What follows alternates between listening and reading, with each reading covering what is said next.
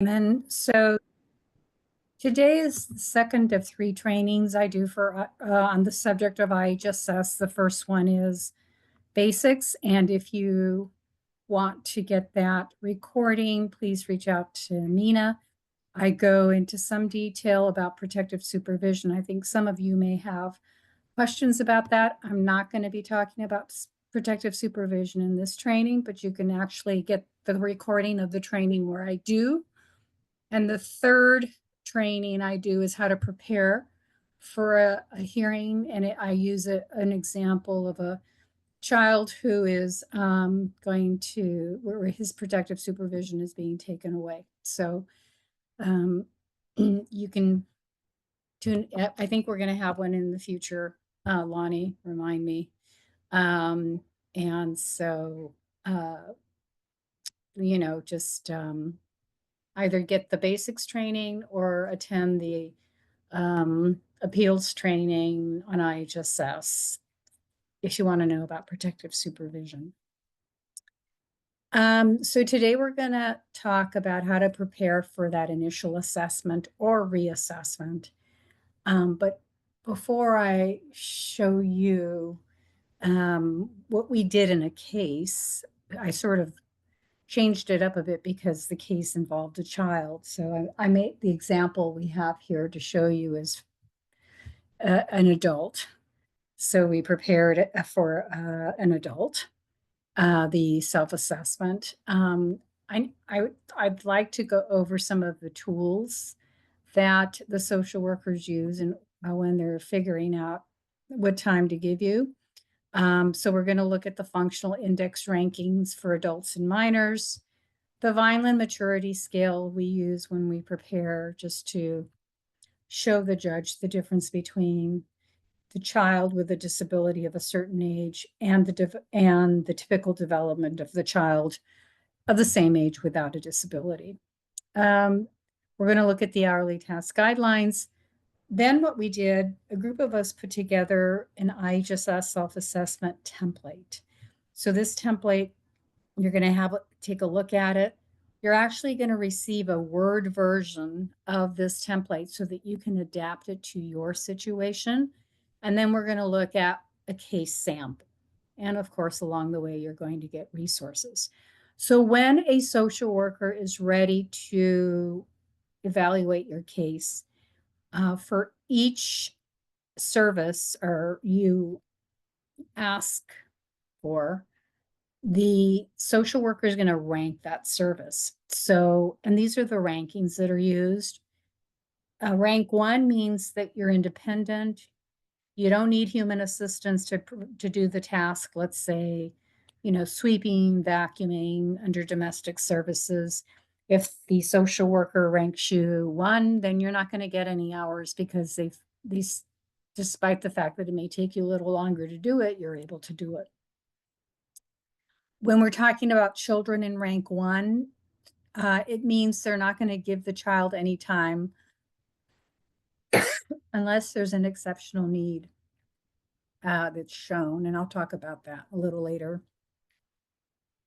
Rank 2 is the only ranking where IHSS will pay for a provider to give verbal assistance. Like, so for example, if I'm someone who needs to be reminded to shower, to eat, to take my medications, excuse me, then that's the ranking that the social worker is going to give me.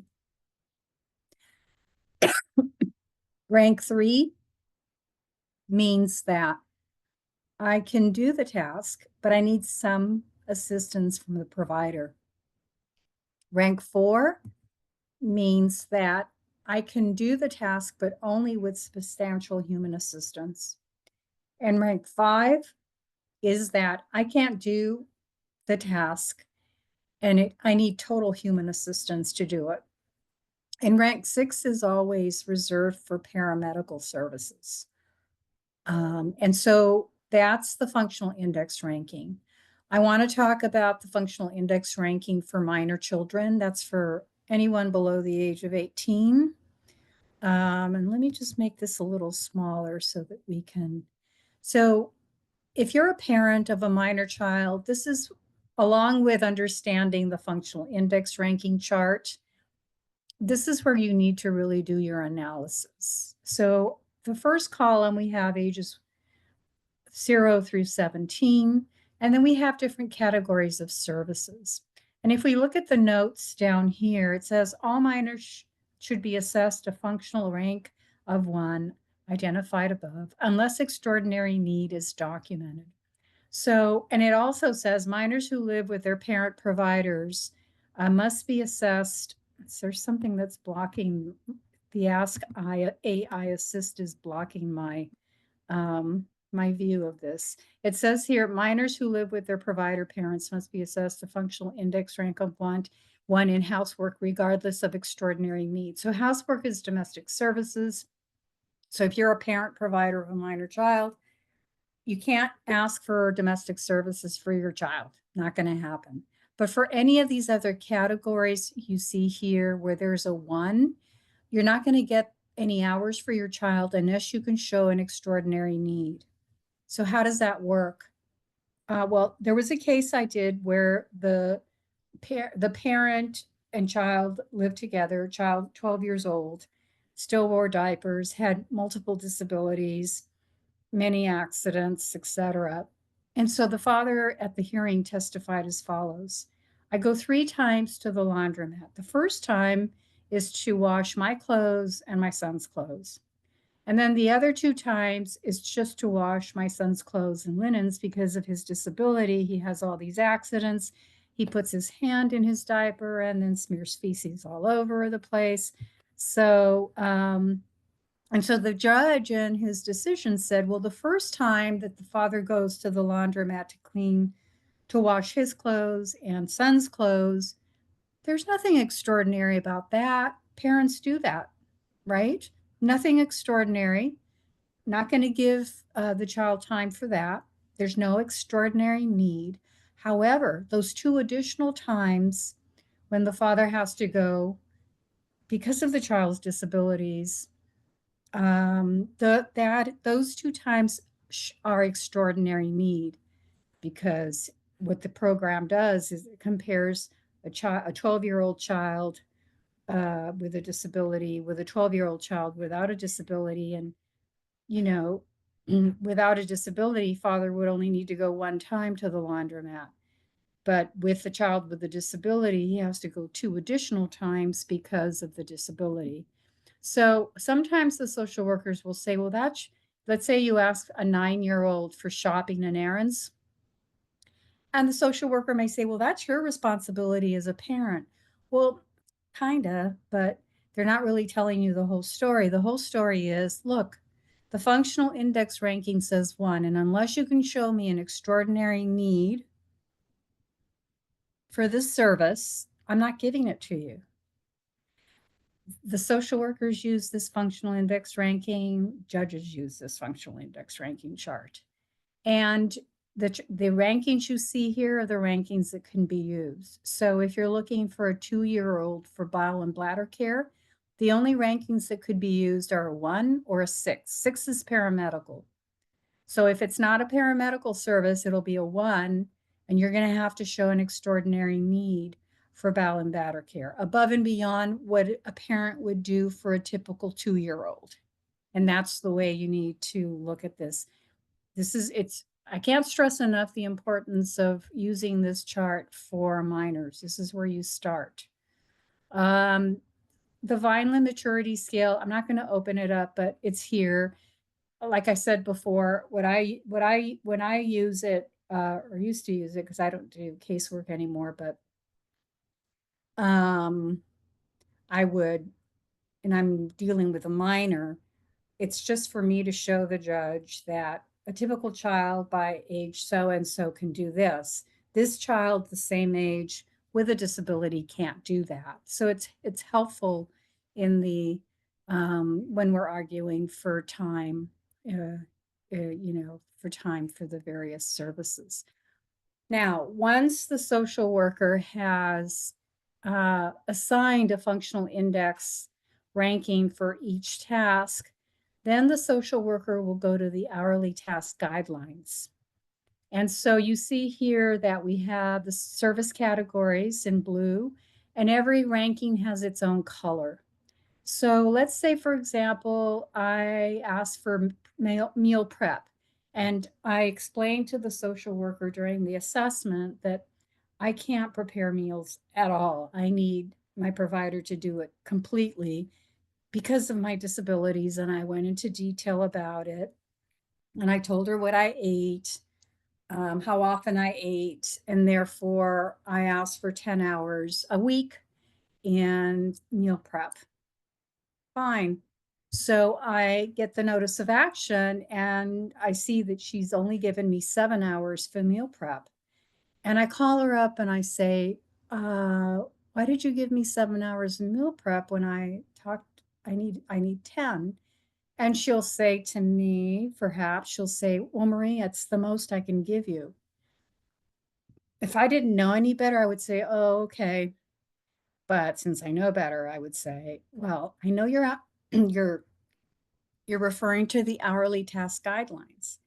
And you know that they're only guidelines. And if I have a need for more than what the guideline says, if I have an exceptional need, extraordinary need, I can get more than 7 hours in meal prep. And her response can be, well, let me review this once again and see what I can do. Or she'll just, the more likely scenario is, well, Maria, if you're not happy with, and you should go to hearing, you can appeal. So these are guidelines. You can get more than what the guideline says or less than what the guideline says. So if the only thing I eat is the following: toast and coffee for breakfast. And then my provider has to put those frozen meals into a microwave for lunch and dinner. It's not going to take 7 hours of meal prep to do that a week. And so that would be an exceptional need for less time than what the guideline says. So yes, the social worker can give you more than what the guideline says, but can also give you less than what the guideline says. It depends on what you say, right? And so that's what the social worker will do. So here, for example, under domestic and related services, it says total 6 hours per month unless adjustments apply. Now, I went to a hearing where my client needed more than 6 hours, and I got the usual response. If you don't like it, go to hearing, and I did. And as a result of going to hearing and providing evidence, the judge gave my client more than 30 hours in domestic services. So just remember, these are guidelines. And if they say that's the most I can give you, you have to remind them that guidelines are guidelines, and if you have an exception for more, you can do it. And they're going to be totally shocked that you even know that. So let's go ahead and take a look at the template that we put together. It's different than the one we have online on the DRC website. This was created by a handful of us to use at hearings. You can even use it when you're haven't that initial assessment with the county when they come out for the first time to assess you, or every year there's a reassessment. You can use it also during the reassessment. So if I were using this template and it was my first time ever, and this social worker is going to come out to assess me, I would have the categories of services that I need and the hours that I'm requesting. I wouldn't have this middle column because the county hasn't authorized any hours yet. So this would be my assessment that I would give to the social worker, go over it. Someone's asked, well, what if the social worker doesn't want to take the assessment? I said, well, the social worker doesn't have to take it, may not even want to hear you, but that's okay. If you need to go to a hearing, you're going to talk about what happened during this assessment. The social worker didn't want to take the assessment, didn't want to hear what you had to say. That'll perk up the judge, right? The judge is going to start to say, well, Why wouldn't the social worker want to take your assessment? Why wouldn't, isn't that what the social worker is supposed to do, assess you? So that's how I would, and you're going to get the Word version, so you can actually get rid of this middle column if you don't need it, because this is your initial assessment. But once you're in the program, you are going to have the middle column, because you're going to have the column where they, where they're your hours that you've been getting, and then if there's a change, you would put it in the third column. So we've included all of the services in the first column under categories. And we've also included the manual of policy and procedures, the regulation, where you could find more information about this. So this is a summary of what's to come. So let's say that this is a reassessment. I would input the county hours and the categories of services, and then I would put my hours in the third column. Where are my hours coming from? It's from all of the work I'm about to do, because this is a summary. And it's helpful when we see our sample. You're going to see how helpful it is to have everything summarized first, and then the hours that you're requesting is where the work is done, and that follows the summary. So these are all of the hours, all of the services. And so we've included the regulations for you for the IHSS program, all of the tools. I didn't go through all of the tools that are used. There's a really good tool on how to establish exceptions that you could look at in this link.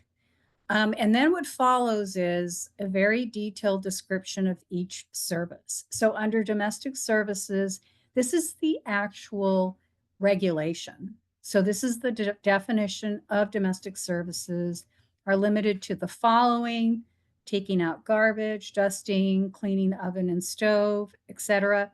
So if the only domestic service that I need is help cleaning the bathroom, then that's the only domestic service that I'm going to talk about. I don't need to talk about the other domestic services because I don't need them. And then I'm going to rank myself. What's my functional index ranking for this? And then I'm going to put a summary as to why I need help cleaning the bathroom. What about my disabilities prevents me from doing so? I may not be able to kneel or stoop or reach down for whatever the reason. And then I'm going to put how much time I'm asking too for the service. I just want you to be aware. You need to be reasonable in what you're requesting. So if, for example, if I have a lot of bowel and bladder issues and I have accidents in the bathroom, and I ask for, that my bathroom needs to be cleaned about 4 times a week, that's understandable. But if I don't have any bowel and bladder issues, and I'm asking for 4 days of cleaning the bathroom, they're going to want to know why so many times you need to get your bathroom cleaned. And so, you just need to be, if your time seems unreasonable, you need to explain why you're asking for that amount of time. And so, and then the next category of services is related services, which includes meal prep. And here are factors. They talk about what are the exceptions for more time or for less time. So even in the regulations, they're telling you about some of the exceptions where you could get more time. For example, if meals need to be pureed or cut into bite-sized pieces, I would rank myself. If we're talking about a child, what's the exceptional need? If there's a 1 in a ranking for that need for that child. And then if I have meal prep, I need to talk about what meals do I need help with? Breakfast, lunch, dinner, snacks, all one. You have to talk about each one. You have to talk about what you eat. How long does it take to make the meal? They don't count the amount of time the meal is cooking. It's only for preparing the meal, no cooking time for that. Meal cleanup, same deal. Breakfast, lunch, dinner, snacks, routine laundry. These are all the regulations. We've put it all in here. So it's a long document because it has all of the services, has all of the regulations. Now, when you do your self-assessment for the social worker, you can leave in the definition or you can just take it out. I normally just take it out because normally I'm preparing to go to hearing and the judges know this stuff. I mean, they do this day in, day out. So so your document is not going to be as long as this template is, because your document will be specific to your case. And so let's look at a case of Mario. So these are the services that Mario is the services that he's not satisfied with, the time he's getting from the county. And so going to hearing on this. And so so this is very, so if I were going to a hearing, and by the way, when you prepare this way, you're actually preparing for a hearing, because this is the amount of detail you're going to have to give at a hearing. And why not have it ready? It's going to take, it's going to take some time to put this all together, but you're very well, on the road to preparing for this hearing. So the notice of action that Mario received from the county on January 1st of 2025 indicated that they were giving him these hours in these categories. He was not satisfied with the hours because he's asking, for example, rather than a 1.10 for meal prep, he wants 4.35 for meal prep. And the hours that we're getting from the third column we're getting them after we do our assessment and we plug them into this chart here. And so for domestic services, the county only gave them 6. Remember, we can only give you 6 a month, but so he's asking for 3.2 per month in addition to the 6 hours that they've already provided, for a total of 9 hours and 24 minutes. So you could see, right, the difference between what the county has put in their notice versus the time that Mario wants. Now, where did we get all this time in the third column? It's all here. So under domestic services, gave him a functional index ranking of 5. Mario has physical and mental disabilities, is unable to perform any household tasks. His father and Mario live in a trailer home of approximately 1,200 square feet. Mario will take off this is an adult. So he uses diapers and he'll take off his diaper and dirty the floor. It happens at least 3 times a week, and it can take up to 15 minutes to clean the floor, especially because of the need to take universal precautions and the need to address Mario's behaviors. Because of his disabilities, he has a lot of behaviors. So there's a lot of time that Mario will be asking for that includes time for the dad to deal with the behaviors. So the additional 3.24 hours per week is to clean the floor because of what Mario does. Now, this is sort of a summary.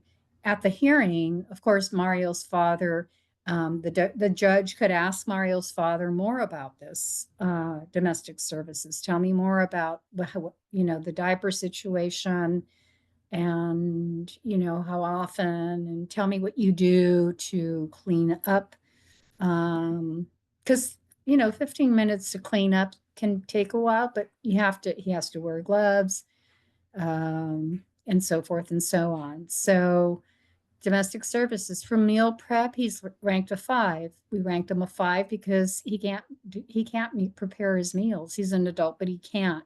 So we're asking for all meals. For breakfast, consist of some of the following: eggs, beans, tortillas with cheese, pancakes, butter, on bread, fried bananas, cereal. Takes about 20 minutes since the provider also has to cut Mario's food into bite-sized pieces. And Mario is unable to cut and use utensils on his own. His father eats the same breakfast. So because it's just so that you know, if the father's eating the same breakfast as Mario, this breakfast is going to be prorated because the program is not going to pay Mario's provider to prepare his own meal. There's something called proration. It's in our IHSS basics training. So we're asking for 20 minutes, but it's going to be divided by the number of people who benefit from the service. It's Mario's father. I'm sorry, Mario's father's not the provider. It's Mario's father and Mario who are benefiting from the service, yet Mario's father is not in the IHSS program. And so they're not going to pay for Mario's father, for the provider to pay to make meals for someone who's not in the program. So that's proration. So 20 minutes. And by the way, with all of these meals, the provider has to deal with behaviors because Mario will have behaviors during this time and the provider has to deal with them. So what we do is we take 20 minutes per day divided by 2, comes out to 10 minutes per day times 7 days a week, 70 minutes a week, or 1.10 minutes, 1 hour and 0.1 minute per week. Snacks, talk about snacks too. There's not going to be any proration because the father doesn't eat the snack that's the provider makes. Lunch, it consists of the provider's going to make soup or beef, such as steak, chicken, or pasta, grilled chicken, along with some starch and vegetables. Takes about 30 minutes to prepare. It includes cutting the food into bite-sized pieces. Father eats the same lunch, so there's going to be proration. 30 minutes, having to deal with behaviors can't take up to 30 minutes to do this because remember, they don't pay for the time that the meal is cooking. And so we do the math on that. Dinner consists of reheating the food for lunch and cutting it into small bite-sized pieces for Mario. So that typically takes 10 minutes. But since father eats the same dinner and providers reheating the food for father, there's going to be proration too. And during the time that meals are being prepared, Mario will have behaviors. He'll bite himself, become combative because he's either hungry, soiled his diapers, or for whatever other reason. So it takes longer to prepare the meals. And so that's where we came up with that number for meal prep in that third column. And so meal cleanup, Mario can't do that. So we're giving him a ranking of 5. Typically takes about 10 minutes to clean up after the meal, except for snacks, which about 2 minutes for that. And except for snacks, all the other meals are prorated. So there's going to be proration for meal cleanup too. And we did the math on that. Routine laundry. This is the example of, it's a little different because here it's proration. So the father indicates he goes to the laundromat. I'm sorry, I keep on confusing provider with father. The provider goes to the laundromat once a week to do Mario and father's laundry. In addition, he has to do the laundry on average an additional 2 days during the week because Mario soils his diaper.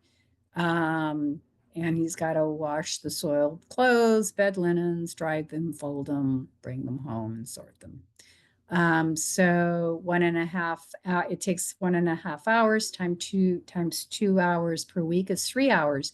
There's no proration because The provider's not washing the father's clothes during that time. However, that one time that the provider washes father's clothes is going to be prorated, divided by 2.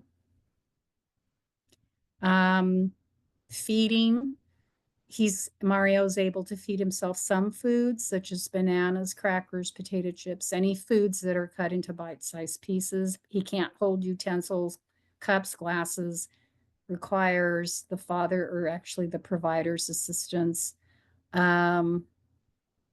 Mario uses utensils. When he does, the provider will place his hand over hand to teach him how to do that. But and this feeding takes about 30 minutes for each meal, with the exceptions of snack.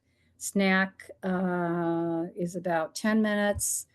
He can have behaviors while he's eating, being fed. And he can become combative when he's not being fed fast enough or wants a diaper change. He'll bite himself. He'll attempt to hit the person closest to him.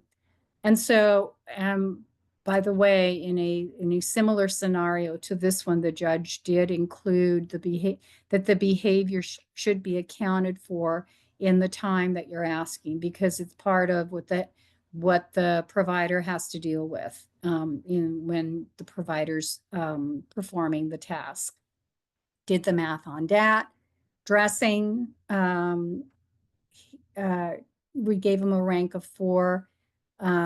Basically, Mario can't dress himself. I think at the hearing we mentioned that he can pull up his pants, but he can't zip it up or do anything like that. So he does a little bit, but not much. So we couldn't say, oh, it's a ranking of 5, because he does do a little bit. He tries. And so he gets dressed up to 3 times a day since he soils his diapers and clothes. Changing him can be challenging because he becomes combative or laughs for no apparent reason. It can take up to 20 minutes to dress or undress him. By the way, 20 minutes is a long time to dress someone, so why are we asking for so much time? Because of his behaviors. Other reasons for, taking more time to dress someone is if the person has a physical disability where it's very painful to move the person, or the person has limited range of motion, and so it'll take time to dress the person. And if you go to that link where all the tools are located, you'll find the one about exceptions, and you should look at it because it has some really good examples of things that would cause the service to take longer than normal, or even less than what the guideline says. For grooming, bathing, we took each one, and he's a ranking of 5 for all of this. 40 minutes, 20 minutes each time to bathe. He needs to be helped to get in and out of the tub. He needs to be bathed an average of twice a day, since he has accidents during the day. It's 20 minutes is a long time to bathe someone. It really is. And so why are we asking for 20 minutes each time? Because of the behaviors. And by the way, the judge, when it asked Dad a lot of detail about the behaviors, he wanted to know more than what was said here. And not only did the dad testify, but we also had other pieces of evidence, documents to validate what the father was saying, just about the behaviors and everything, just the care that Mario needs and the behaviors that he has auditory processing disorder. So everything, especially the grooming and everything, is very difficult for Mario. So he becomes even more combative. Grooming, consists of brushing his hair twice a day. He's got long curly hair that gets knotted. He can become combative. It takes 3 minutes, so 6 minutes a day. Fingernails, we went into detail about that. Toenails, brushing his teeth. Here we talk about the sensory processing disorder and why it's so hard for him, and why he has behaviors. So let me tell you that this may look like it's not a lot of work. We had asked the father to do the first draft of the assessment, the reassess. We actually did the reassessment for the county, and then we and then we changed it up a bit for when we went to the hearing. And so the first draft that the father did was like lacking in a lot of information. He had no idea that he had to go into so much detail about everything, but this is what the judge is going to want to know at the hearing. And these are things that the social worker should want to know. Like, what hours, what services do you need? Why do you need them? How much time are you asking for? Why are you asking for that time? Those are the questions that need answers. And then we have our resources here. IHSS social workers get trained. And so if you want to see the training materials from the IHSS Training Academy, they're here. And some of those materials are here listed, like IHSS 101, 102. The disability awareness is from that website, medical implications, and then about state hearings. But in any event, so we're going to go ahead and stop the recording.